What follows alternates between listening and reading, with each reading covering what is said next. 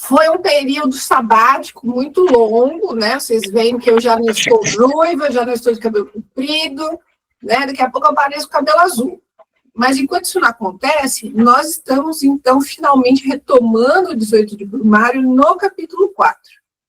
Eu, como sou uma pessoa fadada ao insucesso numérico, eu lembrei agora, um pouco mais cedo, que se esse é o capítulo 4, eu tenho o capítulo 5, 6, 7 e o 8.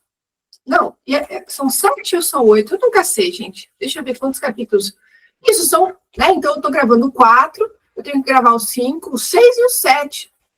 Então, assim, eu ainda preciso de mais um dia, além daquele que eu tinha previsto para gravar o 18 de Brumário. Para minha sorte, o capítulo 4 não é dos mais extensos. Eu lembro que teve, eu acho que foi o último vídeo do 18 de Brumário que eu gravei, eu acho que eu falei 1 hora, assim, sem parar. Foi um capítulo muito extenso, muito, muito denso. O 18 de Brumário, para todo mundo que está acompanhando, ele é uma leitura que ele não é linear, em absoluto. O texto do Marx não é linear no 18 de Brumário. Eles são fascículos que foram publicados no jornal norte-americano, que me foge agora, ou seja, cada capítulo, cada um dos 7 capítulos foi publicado no jornal norte-americano sobre os ocorridos na França. Então, eles são, basicamente, esse livro reúne textos que foram publicados separadamente. Então, por exemplo, no capítulo de hoje, a gente vai voltar um período, porque o que o Marx quer analisar no capítulo de hoje é a relação do próprio Estado burguês com a execução política proposta pelo Estado burguês. Então, por exemplo, no capítulo 3, ficou para trás que o Napoleão já deu um golpe. Mas ele volta no capítulo 4 para analisar esse particular. O que é esse particular? Ele vai tentar propor, olhar com uma lupa a relação do legislativo, do parlamento, com o executivo. Tá? Então, eu vou tentar olhar com vocês, são 2 grandes momentos do texto, mais um ali que é mais, que é um clássico, assim, quando ele vai falar de como a burguesia está enxergando todas as movimentações que ele fez contra o feudalismo voltar contra si próprio. Mas aqui o grande movimento é entender qual é a contradição, que essa é uma palavra-chave do Marx, qual é a contradição para entender que a forma de execução do Estado, de um Estado parlamentarista, democrático, existir, ela contradiz com a própria necessidade material, né, com a própria materialidade do Estado burguês. Então, aqui, pessoal, o Marx, ele lá no final do capítulo 7, ou do capítulo 6, o Marx vai propor uma periodização do 18 de Brumário, desses textos, em 3 tempos, né? Então, a primeira periodização é a mais breve, que é o período revolucionário, porque o 18 de Brumário, ele trata do período que a gente conhece no colégio como a Primavera dos Povos. Ele se inicia em 1848, quando ocorre a Revolução dos Proletários no movimento da Primavera dos Povos, que tomam o Estado francês. Só que o livro todo começa daquela forma, dizendo que a história não se repete, porque a primeira, então, seria uma tragédia, a segunda seria uma farsa, porque ele está tentando demonstrar que não adianta a gente imaginar que a gente fazendo os mesmos movimentos, ou chamando as mesmas imagens, mobilizando as mesmas figuras, a gente vai ter o mesmo resultado. Então, é o que eu peço, pelo amor de Deus, em todas as vezes que eu falo do 18 de Brumário, que a gente não pode sair repetindo que o Marx diz que a história se repete. Que, na verdade, o Marx, quando ele diz que a história só se repetiria a primeira como tragédia, a segunda como farsa, ele está dizendo o contrário, ele tá sendo sarcástico, né? Porque quem fala que a história se repete é o Hegel. E o Marx senta a porrada no Hegel toda santa vez que ele pode. Então, ele está dizendo que a história não se repete, porque se então os mesmos elementos usados na tragédia resultariam numa tragédia. E ele está falando que não, é uma farsa, né? É uma coisa satírica, não dá o mesmo resultado. Fica uma cópia mal feita, o resultado é outro. Então, ele começa o livro assim, porque ele quer dizer que os revolucionários de 1848, de certa forma, eles se utilizaram muito dos elementos da Revolução Francesa, que tinha acontecido há não muito tempo, né? Não muito tempo, uns 60 anos, né? Mas, bom, para uma historiadora, não muito tempo, né? Mas a fase do terror, que foi a fase jacobina, que foi a fase que a população estava mais envolvida na Revolução Francesa, de fato, ela é sempre recolocada. Tanto é que até hoje, nas redes sociais, ou às vezes numa conversa mais pedestre, a gente fala que falta uma guilhotina, falta não sei o quê, porque a imagem da Revolução Francesa se popularizou com essa imagem do período do terror. E lembrando sempre que período do terror é o nome que a burguesia dá ao período. Os próprios jacobinos não se chamaram de período do terror. Mas aquela mobilização social popular de cunho proletário, revolucionário, não é a que ganha a Revolução Francesa. Tanto é que a Revolução Francesa ela é tocada depois pelo Napoleão, e é ele que vai multiplicar a forma burguesa, capitalista pela Europa.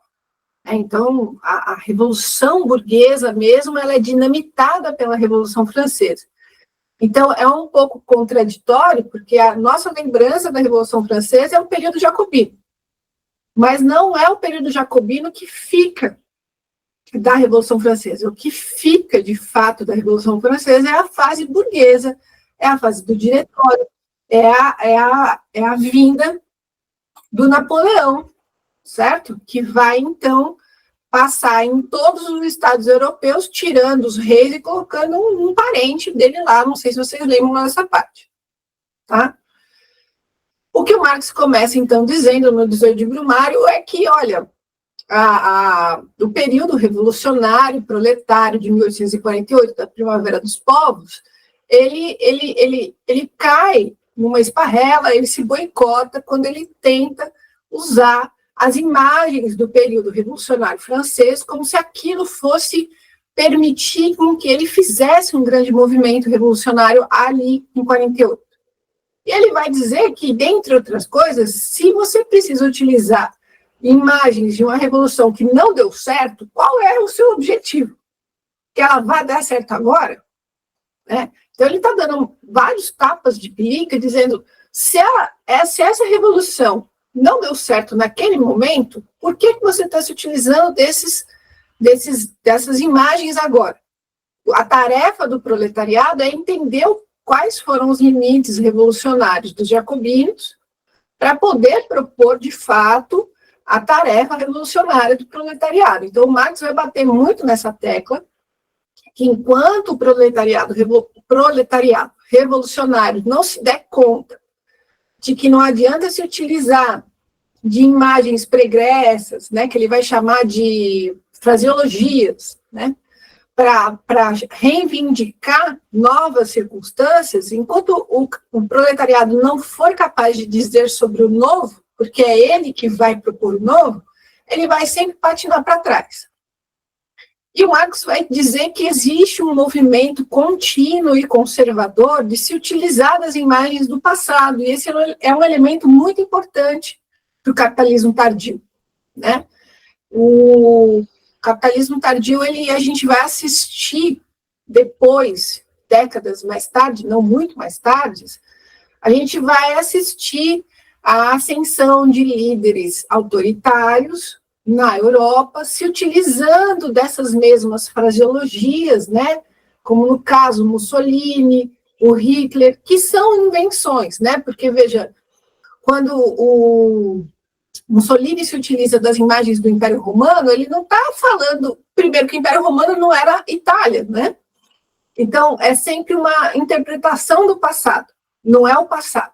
O Hitler, por sinal, ele inventa né, todo um passado mítico ariano para reivindicar o Reich, e assim sucessivamente.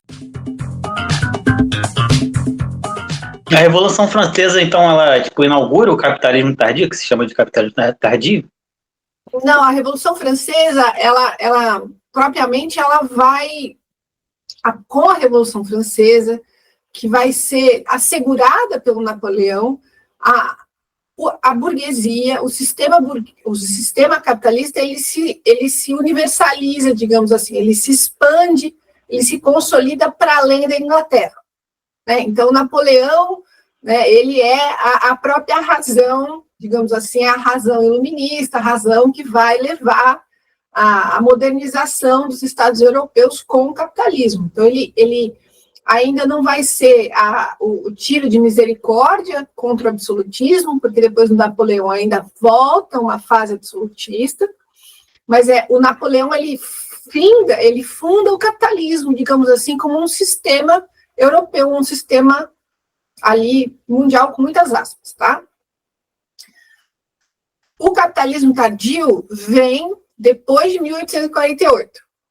Né? Então, são dois momentos. Né? Então, a gente costuma falar que, em termos econômicos, a gente usa a Revolução Inglesa, todos os movimentos do desenvolvimento tecnológico na Inglaterra, né? A questão da formação das classes sociais, mas, politicamente, a gente usa a Revolução Francesa como base, né, da temporalidade do capitalismo. Então, a Revolução Francesa inaugura esse capitalismo expandido para além da ilha da Inglaterra, ele universaliza ali na Europa o sistema capitalista, mas a Revolução de 1848, a da Primavera dos Povos, ela, digamos assim, então é bem pequeno o período moderno, né? Então o capitalismo ele se expande a partir de 1802, até 1815, que é a fase do Napoleão, né?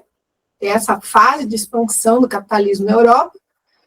E em 1848 a gente tem a conservação, que é o capitalismo que se conserva, que é o capitalismo tardio, que ele não vai revolucionar mais nada, ele agora está se protegendo de novas revoluções. Então, o que o livro do 18 de Brumaire está mostrando para a gente, que o Marx está tentando mostrar para a gente, é que a burguesia, o proletariado, ele perde um pouco do timing, para não dizer que ele perde o timing completamente, né?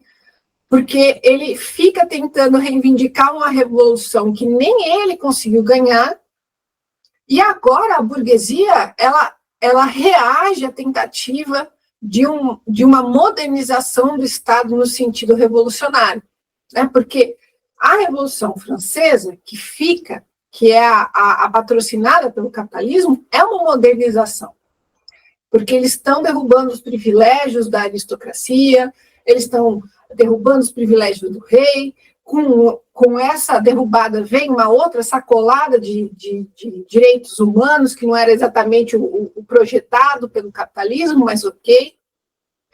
Só que o que o Marx está mostrando para a gente no 18 de Brumaire é que depois dessa grande modernização instituída, depois que o capitalismo se institui como forma de Estado, como instituição, como sociedade, ele fala basicamente que na volta a gente compra. Senta lá, acabou o período revolucionário, agora daqui para frente é só para trás. É basicamente isso, né? Daqui para frente, nós não temos mais modernização, nós não temos a reivindicação de uma modernidade, de um revolucionamento. Aqui nós temos a conservação. Então, daquele período de 1789 até 1815, né, que é da Revolução Francesa até o fim da Era Napoleônica, todo esse é o quadrante da modernização capitalista. Aqui em 1848, nem tanto tempo depois, assim, o capitalismo ele já se cristalizou. Ele já instituiu o Estado, o funcionamento das leis, a organização social, ele já instituiu o aparato social e ele não vai sair de lá. Então, essa é a história do 18 de Brumaire que o Marx quer contar, de como o capitalismo ele deixa de ser como a burguesia deixa de ser um bastião da modernidade e passa a ser o bastião do conservadorismo. Então, esse é o grande movimento do Tesouro de Brumário. Marx vai mostrar para a gente aqui como a burguesia ela vai sair desse lugar pretensamente revolucionário e vai se tornar ativamente reacionária, né? E aí ele vai mostrar no capítulo 1 como se dão os blocos burgueses, as frações de classe. Então ele vai falar do poder da ordem, que geralmente é a parte mais difícil para entender o Tesouro de Brumário, porque ele não vai falar aristocracia financeira, ele vai falar partido da ordem. Quem é o partido da ordem? É a alta burguesia, que é formada pelos bancos, pelos financistas, pelos grandes industriais e os proprietários de terra. Então, o partido da ordem é formado pela alta burguesia. Aí ele vai falar que tem o partido formado, tem a burguesia republicana, que é a classe média, né, que é formada por médicos, advogados, profissionais liberais.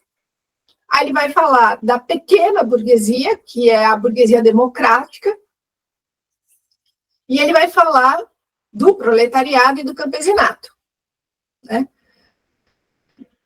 No primeiro capítulo, e ele retoma no quarto capítulo, ele vai falar da associação do proletariado com a pequena burguesia, e ele vai chamar isso de social-democracia.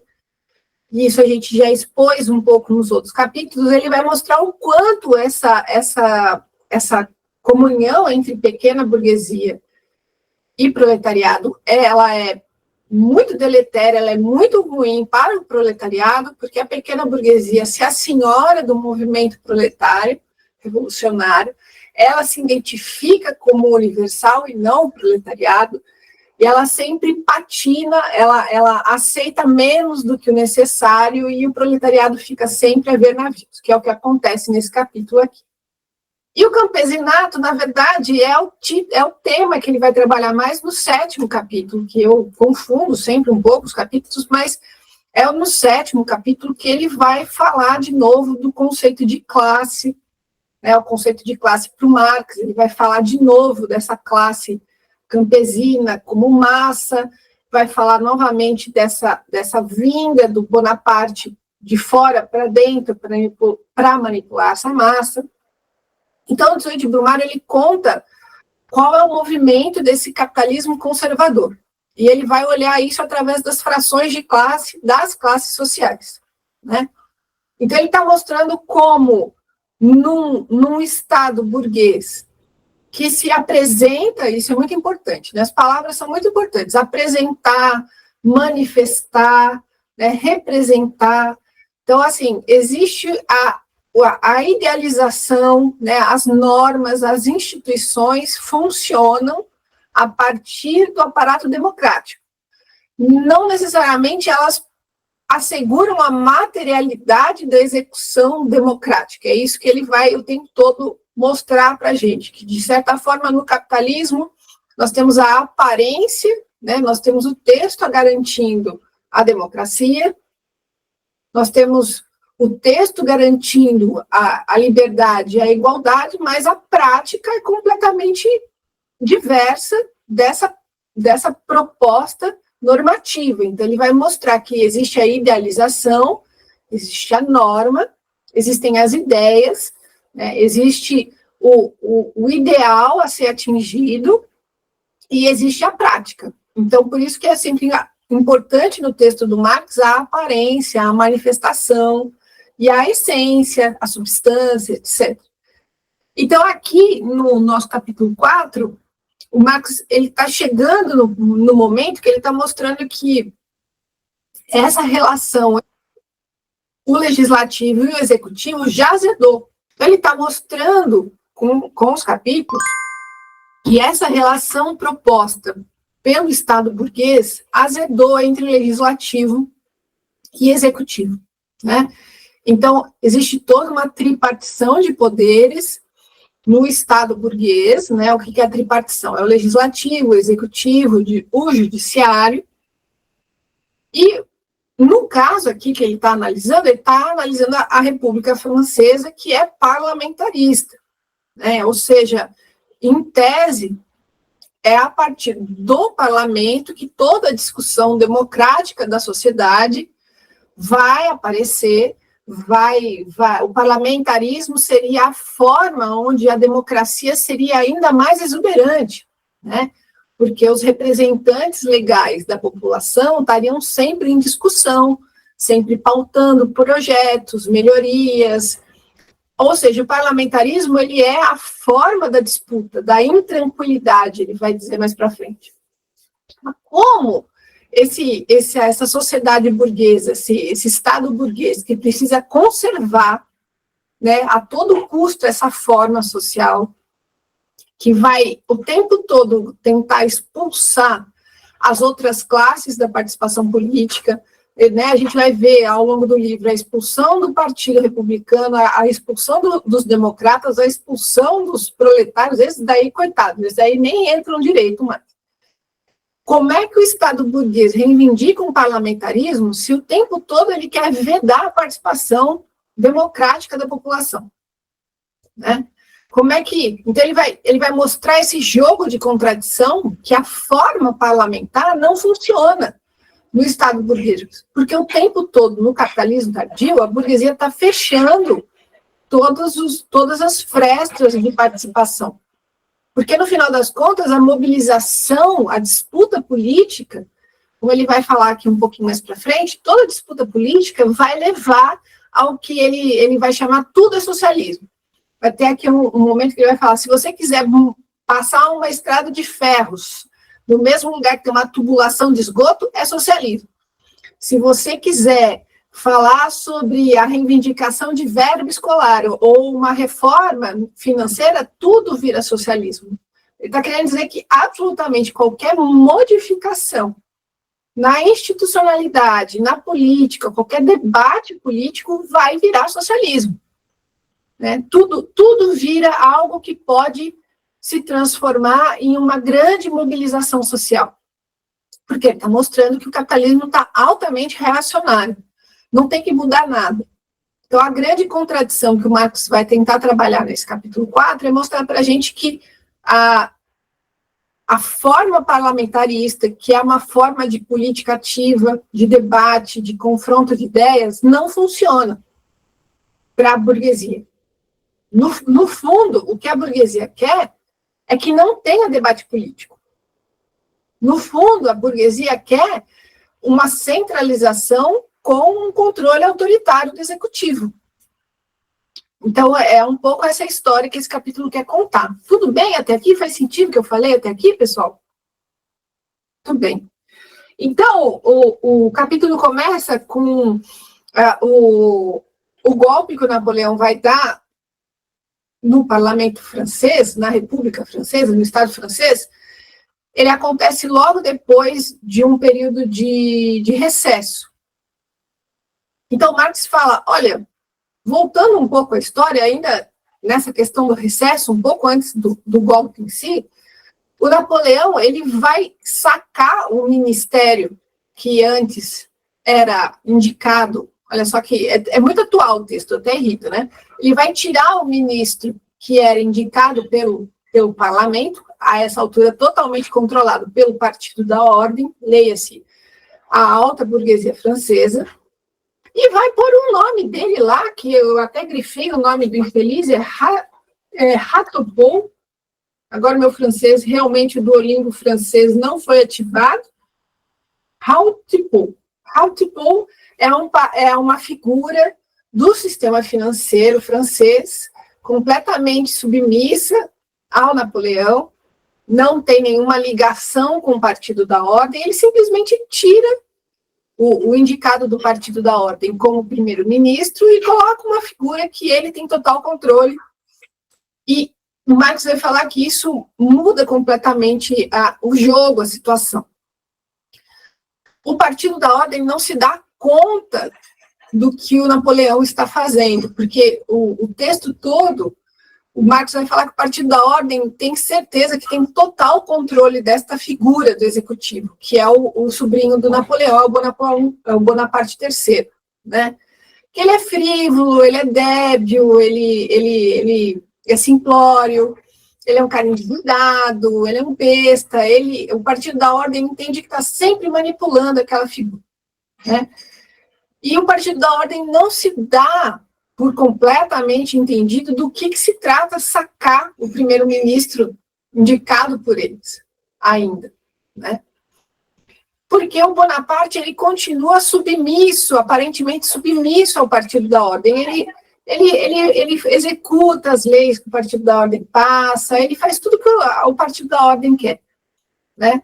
Mas, ao mesmo tempo, ele começa a costurar uma tentativa de agradar a população com os discursos completamente cacofônicos, né? Então, ele lança a proposta de aumentar o salário dos soldados, aí, de repente, ele fala que na França existe terras preciosas, riquezas, que ainda não foram, naquele momento, colocadas acesso ao público. Ele começa a contar umas histórias, assim, literalmente para agradar a população, umas histórias que a gente chama de para boi dormir. E, de novo, é difícil ler o Dusan de Brumário e não fazer vários paralelos, né? Então, ele vai falar que ele vai criar um caixa para dar de presente alguns valores para a população, para fazer empréstimos. Basicamente, ele vai dizer que na França existe uma grande instalação de nióbio. Mineral do momento, nióbio. Que o nióbio um dia será um grande minério que vai trazer muitas riquezas para o país. O pessoal faz cordãozinho de nióbio, né? A vantagem disso aqui em relação ao ouro, e ninguém tem reação alérgica ao nióbio. Né? Então, ele começa com os discursos completamente populescos. A Assembleia já sacou que ele está tentando fazer uma conversa para boi dormir com a população, né? Então, o Marx vai falar que era visível que nunca se levou de forma tão como é que Marx fala? Que a população nunca foi levada de forma tão banal assim, né? Nunca um pretendente apostou tão superficialmente na superficialidade das massas, isso no 82. Então, o Napoleão está tentando costurar uma relação com a população o tempo todo, e eu queria que a gente desse uma olhadinha. O Marx vai tentar dizer que o tempo todo o Napoleão ele se colocou como se ele estivesse atrás do Partido da Ordem, né? Como se ele fosse um títere do Partido da Ordem. Mas na hora que ele saca o ministério do Partido da Ordem e coloca a sua figura lá, ele está mostrando a sua verdadeira face, mas mesmo assim o Partido da Ordem não se faz de rogado, né? Então Marx vai falar que Napoleão institui o Barrot, que é o ministro do Partido da Ordem, porque o Barrot, o Partido da Ordem, vai destruir a Assembleia Nacional, e depois ele destitui o Barrot para dizer que ele é independente da Assembleia Nacional e do Partido da Ordem. Então está rolando um grande movimento ao vivo e a cores ali, enquanto ele escreve, do Executivo dando as costas para o Partido da Ordem, para o Legislativo, mas ainda não se deu conta do tamanho desse movimento, né? Deixa eu ver aqui. O Legislativo negava todos os requerimentos feitos pelo Executivo, e tudo ia ainda muito bem. Aí ele vai falar aqui que o problema desse movimento, a reviravolta, é a seguinte: quando o Partido da Ordem, quando o Legislativo, a alta burguesia, ele perde o controle do primeiro-ministro, dos ministérios do Executivo, ele perde controle de algo que ele nunca mais vai ter, que é o exército do Executivo, né? Ele vai falar que o Executivo, como ele é o braço que executa, ele tem uma série de funcionários, os funcionários públicos, né, que fazem todo o trabalho. Então, quem tem a capacidade de atuação social de fato é o Executivo. E quando o Parlamento, o Partido da Ordem, perde o primeiro-ministro e toda a sua cadeia de comando, ele não se dá conta de que ele nunca mais vai ter naquele contexto da República Francesa, controle novamente do executivo. E por que é tão importante ter o controle do executivo? Então, o Marx ele chega aqui a falar que é indispensável a afirmação do regime parlamentarista, do parlamento, o controle do executivo. Então, olha que interessante, né? Então, isso me dá vários insights, né? A gente está fazendo essa gravação em 2025, né? A gente está aí debatendo essa queda de braço ferrenha entre o Congresso Nacional e o Executivo, né? A gente está diante de um governo que o Executivo, ele está eclipsado pelo Partido da Ordem, né? Digamos assim, o Congresso Nacional, as duas casas são o Partido da Ordem. A gente pode caracterizar assim, sem medo de errar, porque são congressistas que estão ligados a interesses de classes que não são oriundos das classes que votaram neles necessariamente, né? Então, são empresários, são figuras hereditárias, etc., e que são muito mais conservadoras e conservam seus privilégios do que necessariamente estão representando interesses dos trabalhadores, por exemplo. Então, fecha parênteses, né? Então, o Marx está mostrando aqui que o executivo precisa, o legislativo, ele precisa desse controle do executivo. E quando ele perde o executivo, ele perde a capacidade de atuar sobre a população. Porque aqui o Marx vai falar que o poder executivo, aí, se não me engano, estou na página 76 e 77, o poder executivo dispõe de um exército de funcionários, de mais de 500 mil de indivíduos, isso lá na França, tá? Uma enorme massa de interesses e existências na mais absoluta dependência. Então, ele vai falar que, através destes funcionários, o Estado controla. Isso aqui se você não lembrar do Foucault, é porque você ainda não ouviu as palavras de Foucault. O Estado, através do funcionalismo público, controla, disciplina, vigia e tutela desde as mais abrangentes manifestações de vida da sociedade civil até os seus movimentos mais insignificantes, desde os seus modos de existência mais universais até a existência privada dos indivíduos. Essa semana passada, eu li o artigo do Singer, O Retorno do Lula, lá para a New Left Review, e o Singer dava conta que a população relacionada com serviços de segurança privada, segurança civil, né, o policial civil, policial federal, segurança privada, etc., todas as instâncias eram algo em torno de 10% da população brasileira, numericamente falando. Então, se o Marx está falando do funcionalismo público como essa quinta essência do controle social, o que imagina ter 10% da população de um país voltada com o regime de segurança, de controle, né, de monopólio da violência, né? Então, só para a gente ter uma noção, né? E aí ele vai falar, esse corpo de parasitas adquire em virtude da sua extraordinária centralização um grau de onipresença, de onisciência, de acelerada capacidade de movimento e de reação que só tem analogia na impotente falta de autonomia da desordenada sociedade. Aqui a gente tem que pensar que ele não está pensando no funcionário público do postinho de saúde, porque até então na França nem postinho de saúde a gente tinha. Então a gente está falando de cargos do funcionalismo público que estão ocupando figuras que o Marx vai a trabalhar aqui um pouquinho mais para frente, que estão alojadas lá como se elas estivessem abocanhando uma fração de classe ali, através daquele soldo, daquele salário, elas estão podendo absorver mais dinheiro da sociedade. Então, ele continua aqui. A Assembleia Nacional perdendo o poder sobre os postos ministeriais, os assentos no Executivo, daria por perdida qualquer influência real.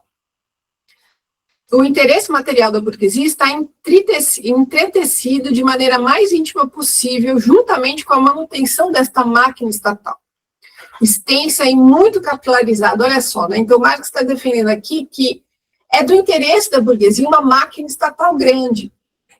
Por quê? É nessa máquina que ela abriga o seu excesso populacional e suplementa na forma de vencimentos estatais, o que não consegue amealhar na forma de lucros, juros, rendas e honorários. Isso aqui está na página 77 do livro. Então, mais cedo, né, Fernanda, a gente estava pensando no pessoal da magistratura, que entra com 30 mil e tem o auxílio paletó, o auxílio lanche, o auxílio isso, o auxílio moradia, o auxílio kitnet, e assim sucessivamente. Né?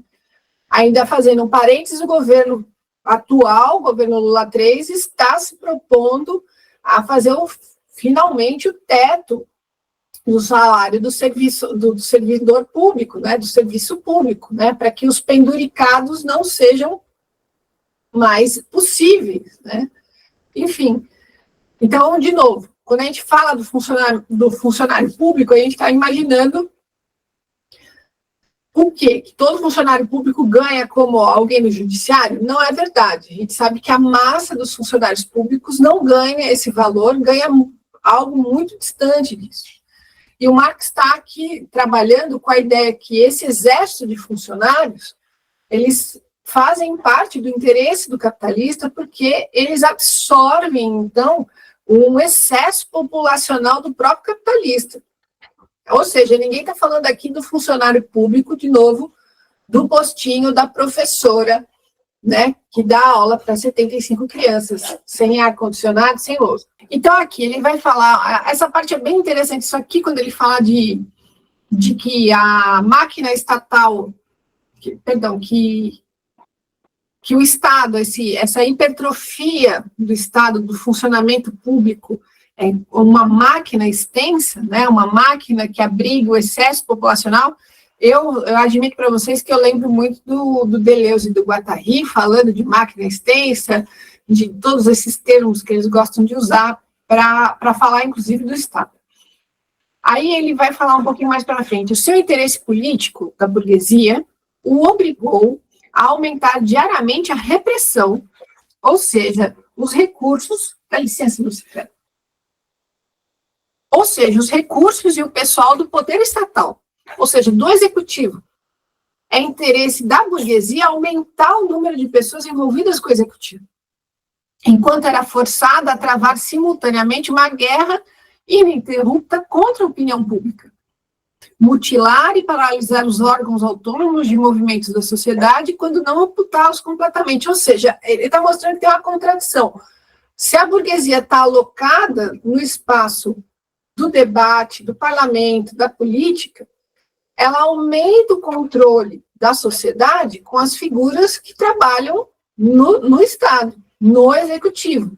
Ou seja, é contraintuitivo um governo que legisla, que debate politicamente, buscar inchar a capacidade executiva e perder essa capacidade de controle do executivo, certo? Porque é no executivo que se dá o controle do Estado sobre todas as instâncias da vida, que, como a gente acabou de ler agora há pouco. Então, a burguesia destruiu as condições de vida de todo e qualquer parlamentar, portanto, seu próprio, e tornou irresistível o poder executivo hostil a ela.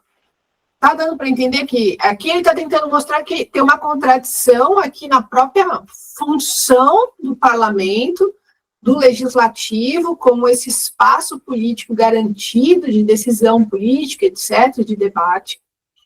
E ele está falando que é do objetivo de que esse Estado, que essa sociedade continue controladamente capitalista e burguesa, que se faz o inchaço do executivo. Não é à toa que se incha o executivo, porque você pode pôr pessoas lá para capitalizar em cima dos soldos, dos vencimentos, e através das pessoas que estão lá, você faz o controle da reprodução social no executivo, tá?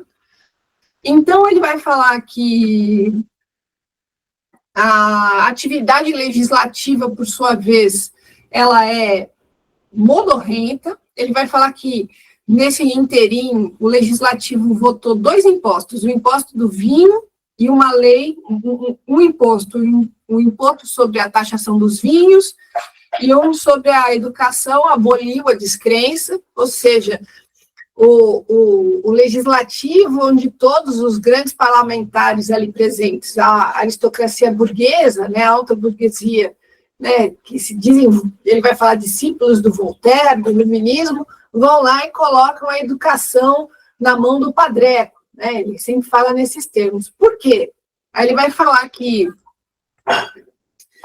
mediante a lei da educação, a burguesia, procurou assegurar o antigo estado de ânimo das massas que permitia suportá-lo.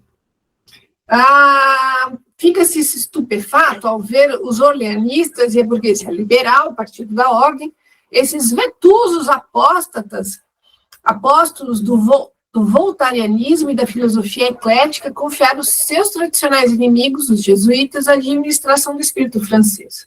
Entretanto, eles compreendem que o seu governo unido, do Partido da Ordem, requeria a junção dos meios de opressão das duas épocas.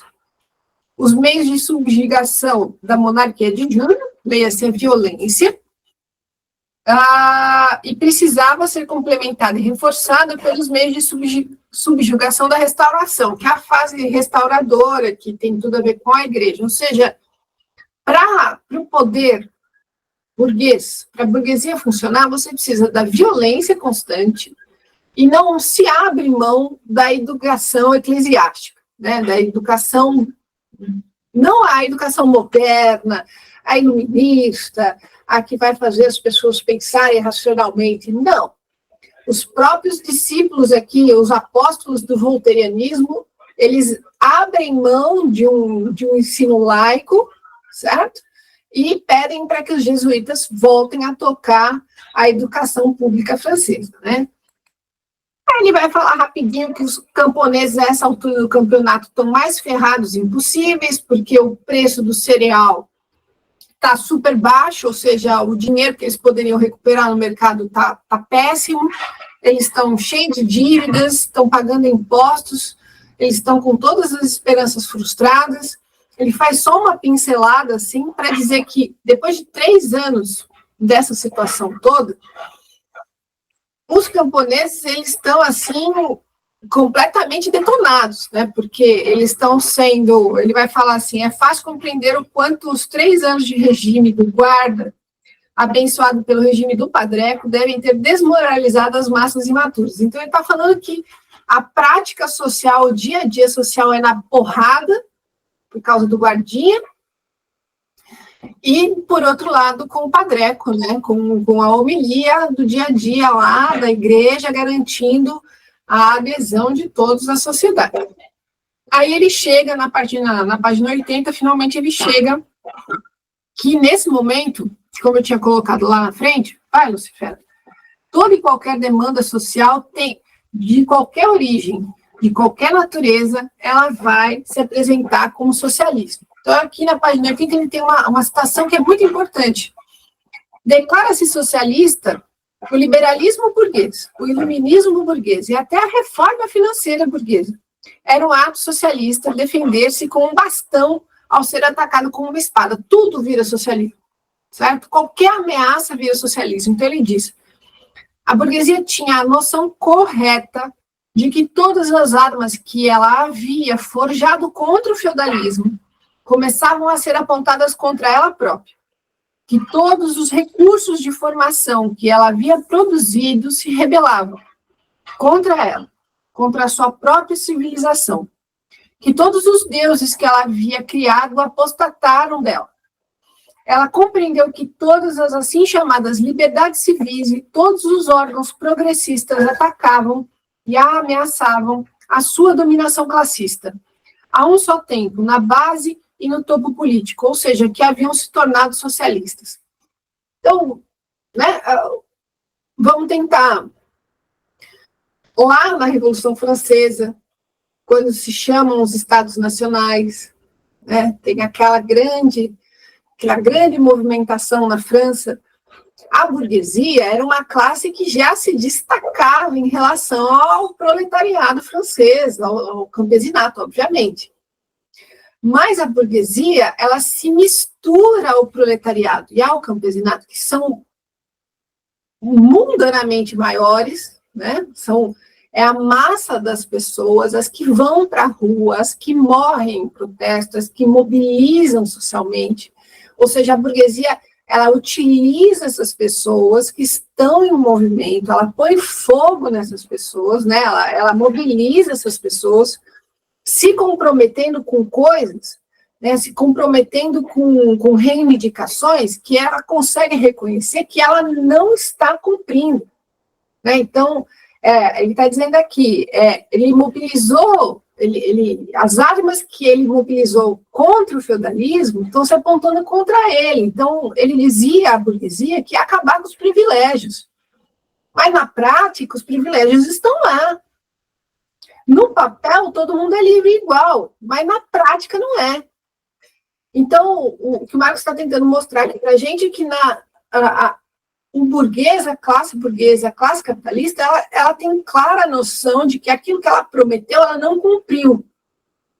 E toda reivindicação social, de certa forma, é um chamamento àquilo que ela não cumpriu lá contra o feudalismo. Então, por isso que ela veda toda reforma mais tacanha da política da sociedade. Porque tudo é uma abertura possível para uma coisa maior, certo? É um diapasão. Muito bem. Aí a gente já está indo um pouco mais para o final, então ele vai falar, o que a burguesia não compreende foi a consequência de que o seu próprio regime parlamentarista, que a sua própria dominação política, e agora também em modos socialistas, necessariamente incorreria na sentença ordinária condenatória generalizada. Vendo em cada manifestação da sociedade uma ameaça à tranquilidade, como ela poderia querer manter no topo da sociedade o regime da intranquilidade, o parlamento, a disputa política? O regime parlamentarista vive na discussão. Então, como poderia proibir a discussão? Aqui a gente está na página 81. O regime parlamentarista submete tudo à decisão. Então, ao taxar de heresia socialista aquilo que antes enaltecera como liberal, a burguesia confessa que o seu próprio interesse demanda que ela própria seja afastada do perigo de governar a si própria. Que para estabelecer a tranquilidade no país, sobretudo o seu parlamento de burgueses deveria ser silenciado. Tá? Então, quando a gente aqui no Brasil, né, vira e mexe, a cada ano eleitoral, tem o debate sobre o direito da mulher, sobre o seu próprio corpo, de interromper a gravidez. Isso não tem nada mais liberal do que esta pauta do indivíduo ter direito à escolha sobre o que fazer do próprio corpo, etc., né? Mas essa pauta, ela sai do âmbito liberal, né?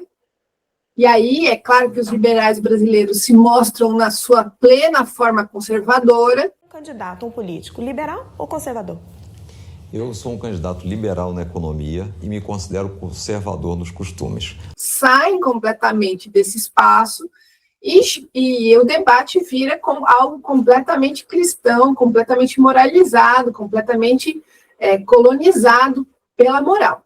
Pelas minhas ideias conservadoras, não há personagem, não há caricatura, não há fantasia heróica. Eu me vesti de templário não porque eu me acho um templário, sim, mas porque eu desejo prestar homenagens àqueles que lutaram pela causa da cristandade na Idade Média. Sim. Então, só para a gente entender que tudo que era liberal, que era de fato algo pungente, moderno, né, as liberdades individuais, as liberdades civis, etc., o domínio sobre o próprio corpo, não, veja bem, é sempre um veja bem. Então, isso acaba se tornando algo, e esse é um movimento interessante, acho que a gente chegou a debater isso outro dia, né? A pauta vira uma pauta progressista. Por quê? Porque os próprios liberais abriram mão dela. Né? Então, ela é tão progressista que cai no colo da esquerda, às vezes, como a gente vê tantas vezes hoje, defender o próprio Estado. E a esquerda não sai desse lugar de falar, não, esse Estado não me interessa. Né? Então, faz parte também do capitalismo tardio, bem anoitecido, né? a esquerda proletária, revolucionária, não conseguia entender o quão conservador foi ficando a própria burguesia e o quanto ela ficou refém da defesa do Estado, né? Sendo que nem é o Estado que ela, em tese, reivindica, né? Então, ele está tentando dizer aqui que, para preservar o seu poder social intacto, ou seja, a burguesia, para se preservar, para fazer a manutenção da sociedade capitalista, ela precisava ter o seu poder político desmantelado. Então, o que o Marx está construindo aqui no 18 de Brumário para a gente é que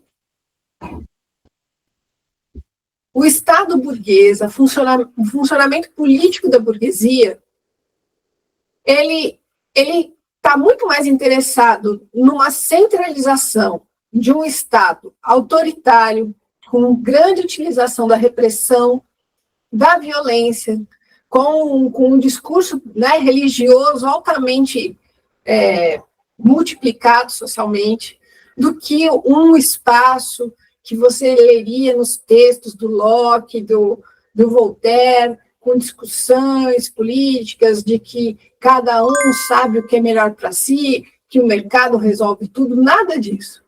Na prática, o Estado burguês, ele demanda uma mega centralização autoritária. E essa centralização autoritária, quem vai capitanear no nosso livro é o Luiz Bonaparte. Esse livro fica muito importante para a gente, porque este movimento, ele acaba se rearranjando conforme a burguesia perde o controle em várias nacionalidades, em vários espaços, e a gente vai assistindo em contextos diferentes esses rearranjos. Então, esse livro, hoje, em 2025, ler esse livro nos lembra muito mais do Donald Trump do que necessariamente o governo brasileiro, né? Porque o governo brasileiro atual, em 25, está nos mostrando o tamanho desse partido da ordem, que é o legislativo, né? Enquanto nos Estados Unidos a gente tem um executivo passando por cima de todo mundo. Quando você fala da coisa do aumento do funcionalismo público, mantendo o paralelo que você está fazendo com o Brasil atual, na verdade, o Brasil um pouquinho antes do advento do orçamento secreto, que deu ao legislativo o poder de entregar alguma coisa para a população sem o executivo, alguns anos atrás, você tinha essa ocupação de ministérios, porque era uma maneira de você conseguir entregar benesses às pessoas. Eu entendo, e eu não sei se eu estou entendendo errado, que nesse caso, entregar a educação, por exemplo, à igreja, parece um outro jeito de fazer isso, porque esse Estado não tinha as mesmas condições, como você falou, não tinha o postinho, não tinha o asfalto, não tinha a cisterna. Então, de alguma maneira, apaziguar a população vinha por meio da igreja, ou não, eu estou entendendo errado, esse Estado, esse executivo tinha condições. No momento aqui, o que o Marx está tentando mostrar para a gente é que quando o poder da burguesia, da alta burguesia, a gente pode falar da burguesia oligárquica aqui, ela faz uma lei que substitui o ensino laico pelo ensino religioso, não é tanto pelo pé que ela não tem, é mais porque, nesse momento, o Marx está falando que a burguesia tem noção que, para se submeter ao estado de coisas, o estado, a ordem de coisas que as pessoas, a massa da população está sendo submetida, eles não vão abrir mão nem da violência, que é um dos recursos, nem do poder do padreco, que é o de garantir as pessoas aceitando a realidade tal qual ela é. Então, eles abrem mão de uma educação laica, iluminista, moderna, como tudo aquilo que se apresenta, se manifesta no capitalismo, para voltar a uma religião bem cordeira, bem respeitosa. Até ele vai citar uma passagem, a resposta correta para a população é sim, sim, não, não. É só esse tipo de resposta que precisa ser esperada. Então, nesse contexto aqui, Pedro, ele está falando que o retorno ao ensino religioso é uma demonstração de uma hipocrisia burguesa, porque a burguesia institui o ensino laico, mas abre mão porque é melhor ter o controle da população garantido pelo Padreco. Faz sentido isso, Pedro? Não, certo. Aí a pergunta é porque, na verdade, com o controle do executivo, você não conseguia, meu entendimento, você não consegue agradar a população. Não é como hoje, sei lá, se eu tenho um ministério, eu consigo fazer alguma coisa diretamente. Quando a gente fala lá, né, que o Partido da Ordem perde um ministério, ele não está perdendo uma maneira de atender a população, porque não é isso que ele tinha. Né? Ele está perdendo só poder, ou não? Isso. Quando aqui o Napoleão tira o ministério, o Marx está mostrando para a gente que o poder da ordem, a burguesia no legislativo, o parlamento, ele perde a capacidade de executar as suas políticas. Né? Então, só que o legislativo ainda não sacou o tamanho desse problema. Então, aqui o Marx ele vai falar até uma hora que a burguesia destruiu as condições de vida de todo e qualquer parlamentar. Portanto, seu próprio poder tornou irresistível o poder do executivo hostil a elas. Então, assim, sem capacidade de execução no seu controle, sem ter assento no executivo, através das cadeiras das secretarias, dos ministérios, o parlamento perde a capacidade de fazer o controle social. Porque aí isso fica 100% na mão do executivo, que aí o executivo faz todo o controle social. Não sei se eu respondi bem você, Pedro. Essa questão aqui do ensino passar de laico para religioso também seria tipo uma implementação da ideologia burguesa na sociedade? Sim, é o que o Marx está tentando mostrar para a gente, que aquilo que está nas ideias iluministas, modernas da burguesia, na prática eles não sustentam. Para garantir que o Estado fique coeso, eles não abriram mão nem da repressão, nem da religiosidade. Então, eles abrem mão do ensino laico para que se retorne o ensino religioso, porque você precisa adestrar as pessoas para se submeterem àquele estado de coisas proposto na burguesia. Então, o discurso laico fica para outro lugar, certo? Volta o Padreco, volta o jesuíta, porque ele tem um controle da população. Então, ele está mostrando aqui que existem duas formas de controle muito importantes no capitalismo. O religioso e da repressão. Então, são formas de manter a população dentro de uma submissão que é importante para a manutenção do Estado. Aí ele está indo já para o final.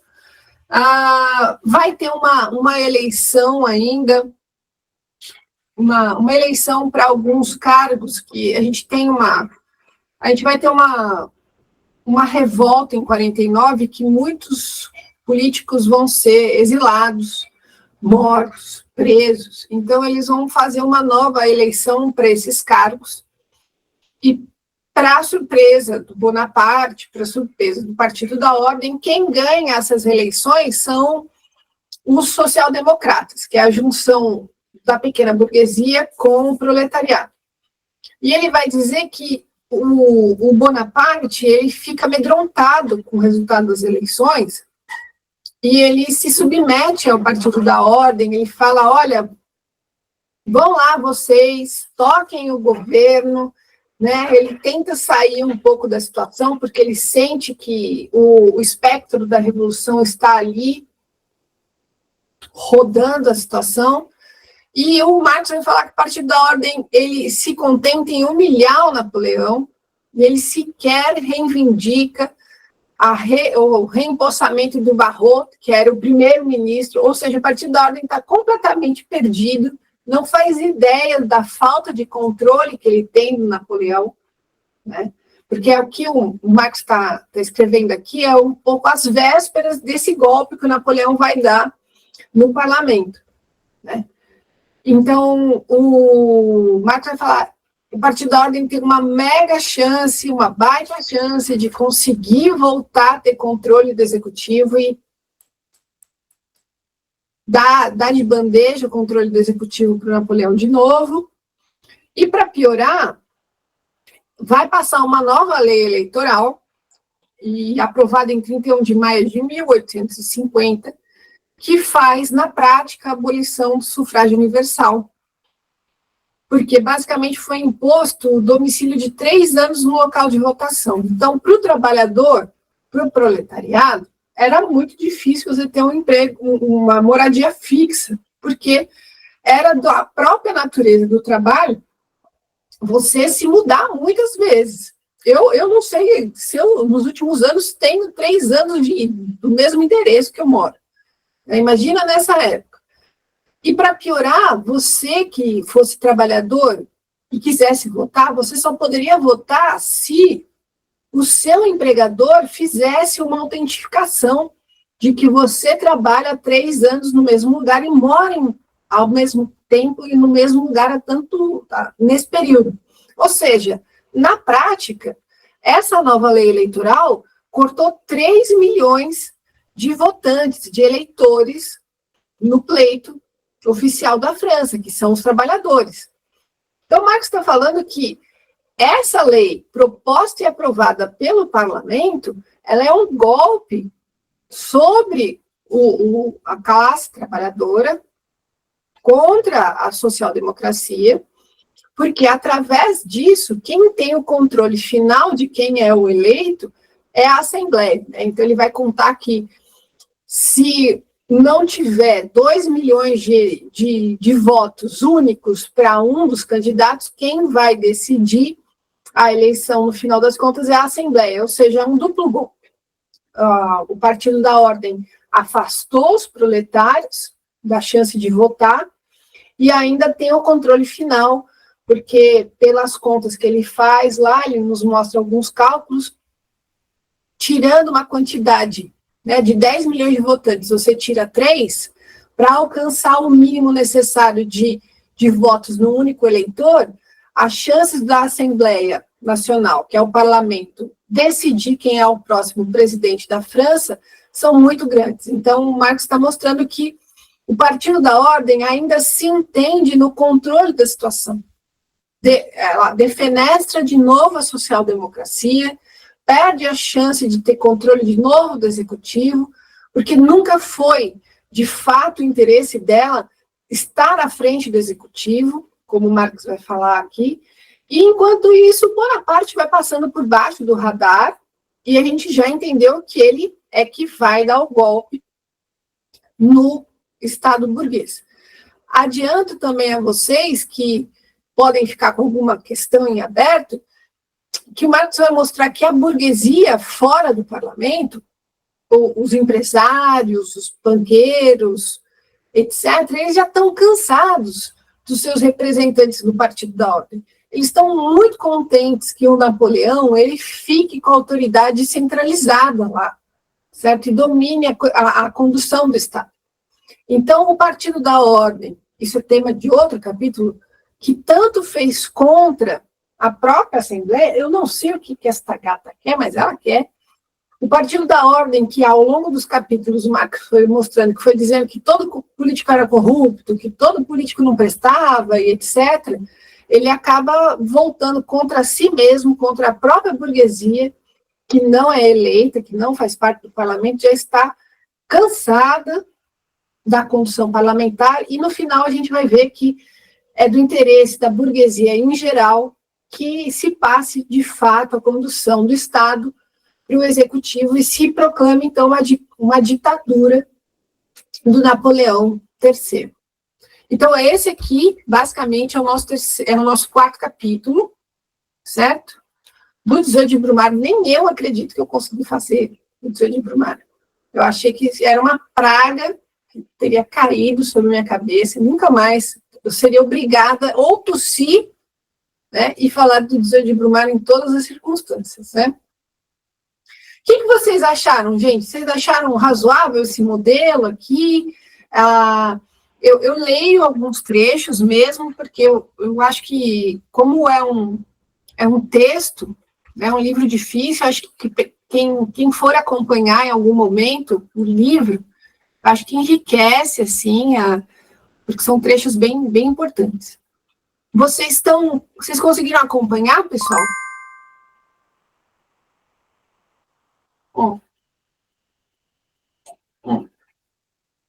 Na semana que vem, eu estou me propondo a apresentar o capítulo 5. Se o capítulo 5 não for um monstro, geralmente eu vou juntar uma parte do 5 com o 6. Não sei, deixa eu ver. O 5 também não é grande, tudo é grande, né? 89 até a 112 é grande, sim. Deixa eu ver. Eu vou ver o que eu vou fazer direitinho. Mas aí, para vocês, se vocês quiserem acompanhar, acho que não, eu vou ter soltado já esse episódio, e aí a gente consegue seguir, tá? Mas, de fato, no último capítulo, no 7, é que a gente consegue trabalhar. Eu quero trazer as questões do Singer sobre o lulismo e apresentar a tese do Singer junto do capítulo 7.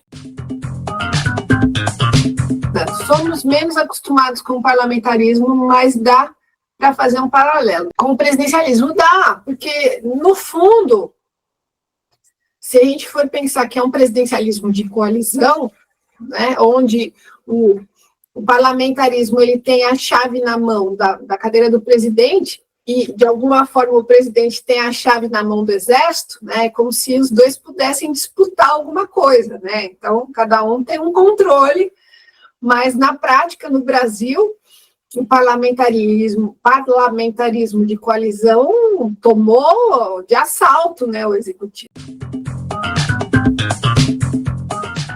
E eu acho que está cada vez pior, né? Porque eles estão tentando interferir também no judiciário. E é isso, o presidente da Câmara, ele tem na carta o pedido de impeachment. A gente tem que lembrar do Eduardo Cunha, né? Então, é um poder no parlamento muito grande.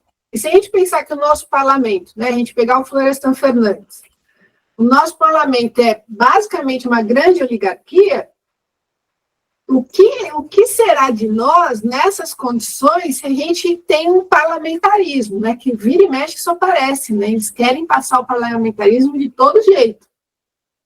Então, eu acho que ler o Edições de Brumário nos enriquece muito para entender quais são os mecanismos que uma burguesia se interessa, né, da centralização, da violência, do autoritarismo, a falta de comprometimento moderno com as liberdades civis. Então, isso é o capitalismo tardio, né? Como se rearranja isso ao longo do tempo, dos lugares, aí são outros 500, mas o capitalismo tardio é isso, é um capitalismo que diz que é moderno, mas é altamente reacionário.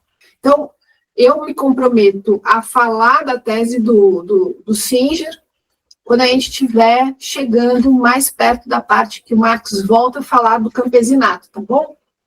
E conforme for possível, eu vou tentando costurar um pouquinho com o Florestan Fernandes, que nem eu fiz agora. Certo, pessoal? Então, vejo vocês na semana que vem, eu alugo vocês, eu mando o clipezinho, o link da nossa sala, quem puder vir vai ser muito bem-vindo. Bom?